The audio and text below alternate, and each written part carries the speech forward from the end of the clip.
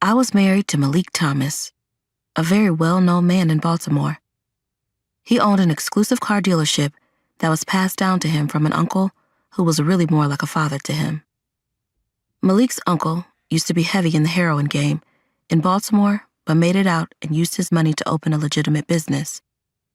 Malik, however, never quite outgrew the thug mentality, which is a necessary requirement for anyone who plans to make it big in the corporate world or life period. I had been his woman since I was 17. I started dating Malik in high school. Although that wasn't where our story began. My parents had just separated, and my mom and I had to move into a 2-bedroom condominium on Clark's Lane, in the middle of what I later learned was called Jewtown. Of course, Daddy paid. He would have done anything just to get me and Mom out, and his new 23-year-old girlfriend into the house sooner. Daddy was a 46-year-old investment broker who was very good at his job. He made a lot of people rich, not to mention himself. He met my mom when she was 20 years old. They married when she was 22, and I came into the world 1 year later.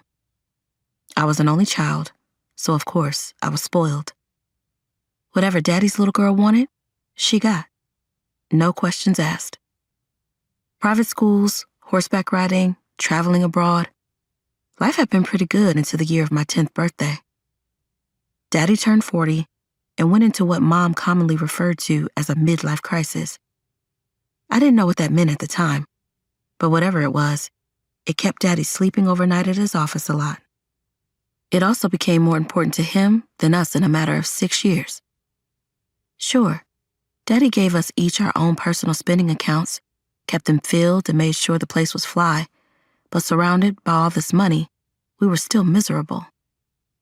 All that he'd given us didn't make up for the fact that he uprooted us from the only home we'd known just so he could move his tramp in. I'd lost my dad, all my friends, and even my damn room.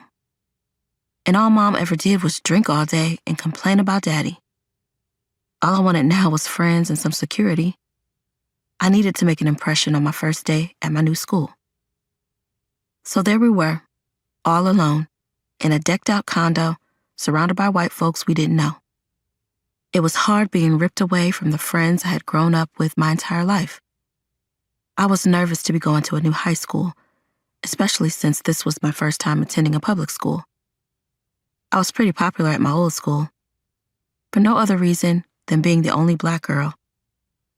The white kids automatically assumed I was cool because of the color of my skin, and I was accepted instantly. But at this new school, I'd be a little fish in a big pond.